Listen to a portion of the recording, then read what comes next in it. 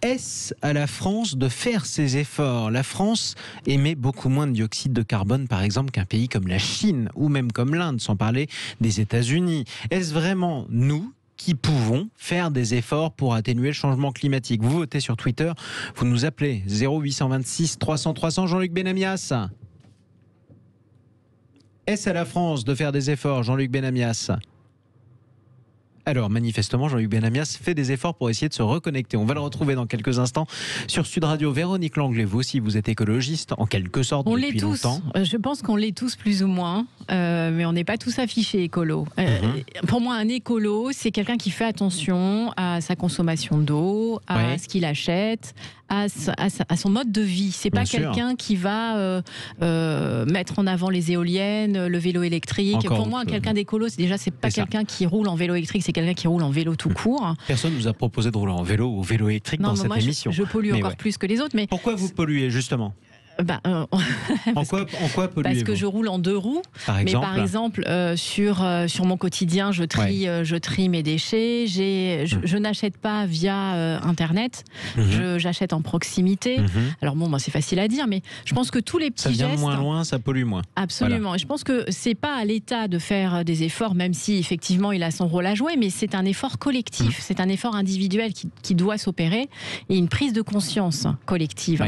Et c'est dans ce sens-là qu'on pourra effectivement ralentir les choses. Sauf qu'en France, on a une pédagogie, qu'on informe les consommateurs et les citoyens, que par ailleurs, dans les pays les plus polluants, je ne suis pas sûre que ce soit fait de la même façon. Et c'est ça qui me pose problème. Tiens, justement, on a retrouvé Jean-Luc Benamias en direct dans Les Vraies Voix sur Sud Radio. Première question factuelle, Jean-Luc, qui sont aujourd'hui les pays les plus polluants? Les plus polluants sont les plus grands pays. La Chine est un pays extrêmement polluant, l'Inde est un pays extrêmement polluant, les États-Unis, avec leur mode de production, sont des pays extrêmement polluants. L'Union européenne est évidemment dans les mêmes traces. Et c'est bien l'enjeu principal, et d'arriver à être à la hauteur de la définition, je le disais en début d'émission, de ce que propose la Commission européenne et le Parlement européen. Mais la France est en dessous, on est en retard. Alors, évidemment, même si la France rattrapait son retard, ça ne suffirait pas à inverser la logique mondiale. C'était le sens de la question qu'on vous posait justement sur le Twitter. Tout le monde le sait. Ça n'est pas une raison. Pourquoi justement n'est-ce pas une raison? Faire des petits gestes au quotidien. Et ça fait, je trouve même que à ce niveau-là, les Françaises et les Français sont assez suivent ça de manière assez logique et de manière assez bonne sur la collecte sélective, sur la façon de consommer. Mais c'est rien par rapport au mode de production en général, quoi, et au mode de production dans la planète, quoi. Voilà, les enjeux sont importants. Et la façon dont le président de la République et le Parlement a traité les résultats de la Convention citoyenne ne sont pas des bonnes façons. Je veux dire, je dis pas qu'il aurait fallu prendre les 150 propositions brutes de décoffrage de la Convention citoyenne. Mais entre en prendre 150 et n'en prendre que 2, il y a une grande différence. Je rappelle d'ailleurs, une des propositions de la Convention citoyenne, c'était d'empêcher par exemple de prendre un vol pour aller de Marseille à Paris. On ne pourra plus en prendre un pour aller de Bordeaux à Paris, mais pas de Marseille à Paris. Ça, vous prenez jamais l'avion, vous, Jean-Luc?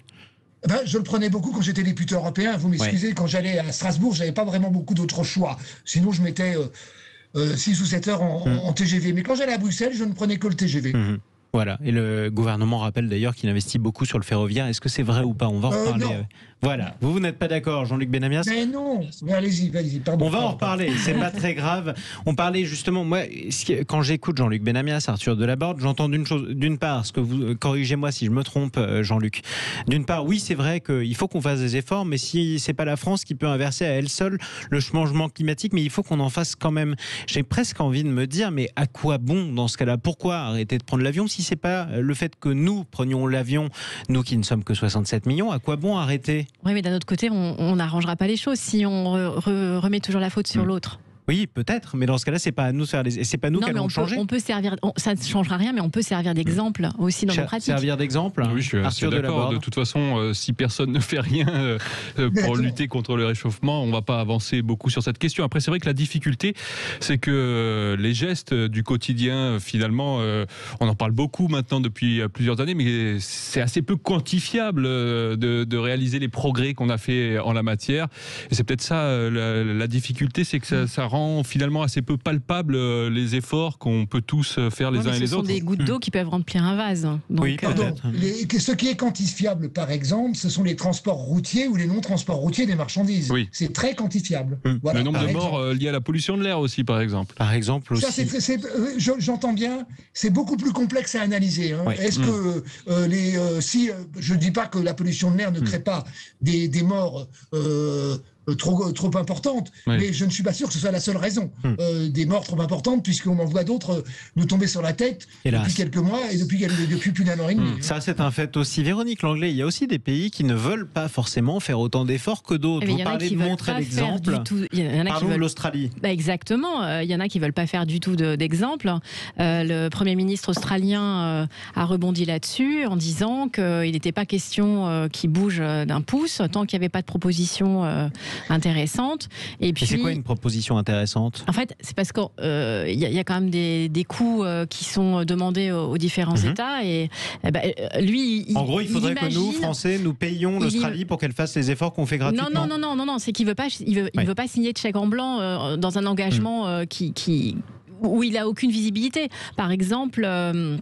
Il pense que les nouvelles technologies trouveront des solutions, mais là, il est sur du potentiel. Oui, et il faut quand même savoir que l'Australie fait quand même importer beaucoup de charbon aussi. Par exemple. Et est un gros pollueur aussi. Et il ne veut pas se trouver dans la culpabilisation non plus. Sauf que c'est quand même un bel État et que si eux, plus la Chine, plus les États-Unis faisaient des efforts, ça aiderait déjà. Voilà, Jean-Luc Benamias. Ça n'est pas vraiment comparable, excusez-moi. L'Australie, c'est quelques dizaines de millions et encore d'habitants. Mais c'est un énorme continent, gigantesque. Mais l'Australie est un des pays les plus producteurs de charbon. Par exemple. Et donc, voilà pourquoi le Premier ministre australien, je ne le défends pas, défend cette position. Voilà. Après, l'Australie a subi des incendies catastrophiques l'an dernier. Espérons que ça ne le revienne pas, ça ne revienne pas cette année. Subi une désertification, chacun le sait. Voilà. Donc, mais c'est pas l'Australie est au même niveau, je dirais, même si c'est un grand continent, au même niveau que la France. Même si l'Australie faisait des énormes efforts, ça ne suffirait pas. Mais quand je dis ça, je ne dis pas qu'il faut rien faire, très loin de là. Je pense qu'il y a des politiques publiques à mener et surtout arrêter l'internationalisation, je vais y arriver, de l'ensemble des modes de production et de l'ensemble de la circulation des produits. Les continents, entre eux, doivent évidemment avoir des échanges, mais on n'est pas obligé de faire 3000 km à un yaourt, car c'est le cas, ou à des... je pense à la viande, madame. Ou des allers-retours. Oui, je suis d'accord avec vous. Je suis d'accord avec vous, sauf qu'en France, on est quand même pas mal... Hormis pour la restauration collective, mais on est quand même pas mal sur de la proximité au niveau... Exactement, c'est vrai. Et en revanche, Jean-Luc Benamias, vous le dites vous-même, mais enfin, quand vous rentrez dans une boulangerie, vous portez un masque. Le masque, a priori, lui, vient d'aussi loin que le yaourt dont vous parliez. Parce que depuis le Covid, on a mis en place, des industriels et des entreprises françaises ont mis en place des entreprises de fabrication de masques, mais que nos grandes entreprises nationales du service public ont commandé leurs masques ces dernières semaines, ces derniers mois, ces dernières semaine en Chine parce que c'est moins cher. Parce que c'est moins cher. C'est l'éternel problème. On vous posait cette question, en tout cas, sur le Twitter de Sud Radio. Est-ce que c'est à la France de faire des efforts ? Vous avez voté, vous êtes assez nombreux à voter d'ailleurs, et vous répondez plutôt non pour une majorité d'entre vous sur le Twitter de Sud Radio, puisque vous répondez non à 80% des voix. Tiens.